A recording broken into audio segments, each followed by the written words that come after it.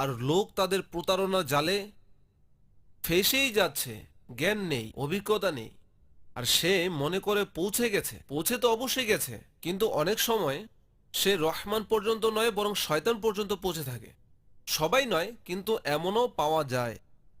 নবী করিম রউফুর রহিম সাল্লাল্লাহু আলাইহি ওয়াসাল্লাম থেকে আল্লাহ তাআলার ওলিদের ব্যাপারে জিজ্ঞাসা করলে তিনি ইরশাদ করেন, আল্লাযীনা ইযা রুউ যুকিরাল্লাহ, অর্থাৎ আউলিয়া আল্লাহ ওই সব লোক যাদের দেখলে আল্লাহ আজ্জা ওয়াজাল এর স্মরণ চলে আসে। সল্লু আলাল হাবিব সাল্লাল্লাহু তাআলা আলা মুহাম্মদ।